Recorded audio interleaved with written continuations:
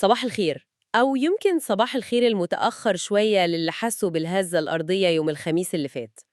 يعني يوم الخميس حوالي الساعة 6:19 صباحاً بتوقيت القاهرة، الأرض اتهزت تحت رجلينا أو رجلين ناس كتير في القاهرة والجيزة واسكندرية وحتى مرسى مطروح. النهاردة عايزين نتكلم بالتفصيل عن اللي فصل ده. إيه مصدر الهزة دي بالظبط؟ وليه حسينا بيها هنا في مصر رغم المسافة الكبيرة دي؟ وطبعاً هنعتمد على كلام وبيانات الشبكة القومية للزلازل والمعهد القومي للبحوث الفلكية. أهلا بيكي. فعلا كانت هزة مش بسيطة.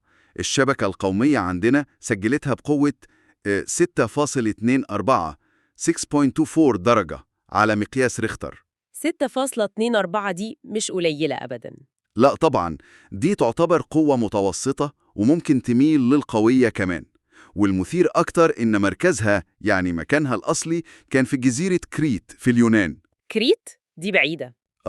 بعيدة فعلا، حوالي 499 كيلومتر شمال مدينة مرسى مطروح. تقريباً 500 كيلو. بالظبط. والعمق بتاع الزلزال كان حوالي 69 كيلومتر تحت سطح الأرض. العمق ده كمان له دور في إزاي الموجات بتنتشر وبنحس بيها. طيب 6.24 ريختر ومسافة 500 كيلو وكمان عمق 69 كيلو تحت الأرض، ومع ذلك الناس حست بيها بوضوح هنا حتى لو كانت مدة الإحساس قصيرة، يعني أقل من 15 ثانية زي ما اتقال. إيه التفسير العلمي إن الهزة توصل لنا بالوضوح ده كله؟ بصي، هو التفسير ليه كذا جانب. الأول والأهم هو المصدر نفسه. جزيرة كريت دي واقعة في منطقة نشاط زلزالي عنيف جدا، اللي بنسميه القوس الهاليني. القوس الهاليني؟ أيوة، دي منطقة التقاء الصفيحة التكتونية الأفريقية اللي بتتحرك ناحية الشمال وبتغوص تحت الصفيحة الأوراسية. الحركة دي بتولد ضغوط رهيبة جدا، والضغوط دي لازم تتفرغ في شكل زلازل، أحيانا بتكون قوية. فهمت. فقوة الزلزال ده 6.24، وعمقه اللي هو مش سطحي قوي 69 كيلومتر، سمحوا للموجات الزلزالية خصوصا الموجات الطويلة منها إنها تسافر مسافات كبيرة جدا عبر القشرة الأرضية وتحت قاع البحر المتوسط وتوصلنا هنا. يعني نقدر نقول إن القوس الهليني ده هو السبب الرئيسي إننا دايماً بنحس بالزلازل اللي بتحصل في اليونان أو كريت هنا في شمال مصر؟ بالظبط كده. مصر نفسها تعتبر منطقة مستقرة إلى حد كبير من الناحية التكتونية، يعني مش زي اليونان أو تركيا مثلا، لكن قربنا من الحزام الزلزالي النشيط ده في شرق المتوسط بيخلينا نتأثر بالهزات الكبيرة اللي بتحصل هناك. تمام. ومش بس القوة والعمق، لا ده كمان اتجاه الصدع اللي اتكسر وإزاي الطاقة دي توجهت، كل ده بيلعب دور في إحساسنا بالهزة. طيب، نروح للنقطة الأهم دايماً في المواقف اللي زي دي وهي السلامة. هل كان في أي بلاغات عن أضرار أو إصابات لا قدر الله هنا في مصر؟ الحمد لله لا. المعهد القومي للبحوث الفلكية أكد بشكل رسمي إنه ما تسجلش أي خسائر خالص، لا في الأرواح ولا في الممتلكات جوه مصر. وده طبعا خبر يطمن جدا. الحمد لله رب العالمين. وحتى بعد الهزة الرئيسية دي الشبكة سجلت هزتين تابعتين، بس كانوا أضعف بكتير ومحدش حس بيهم خالص. يا رب لك الحمد. بس أنا لفت نظري إن ده يعتبر تاني زلزال نحس بيه من منطقة قريبة في فترة قصيرة. كان في هزة تانية يوم 14 مايو، صح؟ مظبوط، فعلا كان في هزة يوم 14 مايو. طيب، إيه الفرق بين الهزة دي وهزة يوم الخميس اللي فات؟ سؤال مهم. هزة 14 مايو كانت فعلا أقوى شوية من ناحية الرقم المسجل، يعني كانت 6.4 درجة ريختر.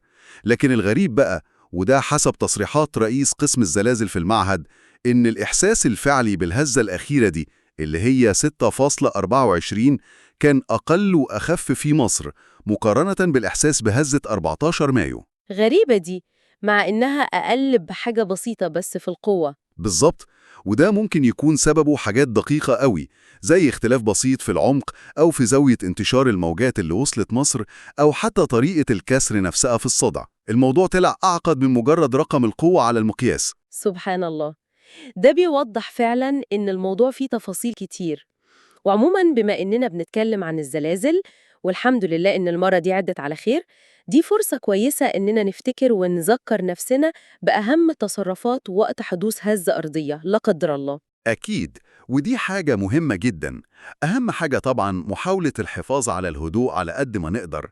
لو جوه مبنى نحاول نبعد فورا عن أي شبابيك أو أرفف أو أي حاجة ممكن تقع. تمام؟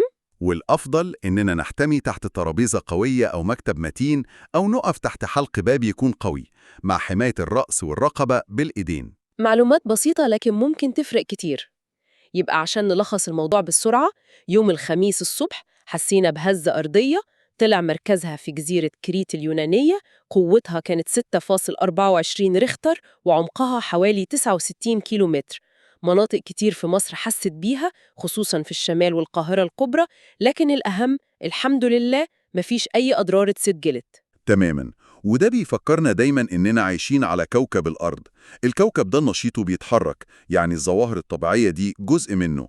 صحيح ممكن تقلقنا شوية، لكن هي جزء من طبيعة الأرض اللي بتتغير، وده بيخلينا محتاجين دايماً نفهم أكتر ونكون مستعدين. خليني أفكر في سؤال أخير يمكن نسيبه للمستمعين يفكروا فيه. إزاي المناطق اللي زي مصر اللي هي مش على خط الزلازل الرئيسي مباشرة لكنها قريبة كفاية إنها تتأثر بالزلازل الكبيرة اللي بتحصل جنبها زي حالة كريت ومصر دي، إزاي المناطق دي ممكن تطور استراتيجيات استعداد وتكيف تكون فعالة أكتر عشان تواجه التأثيرات غير المباشرة دي؟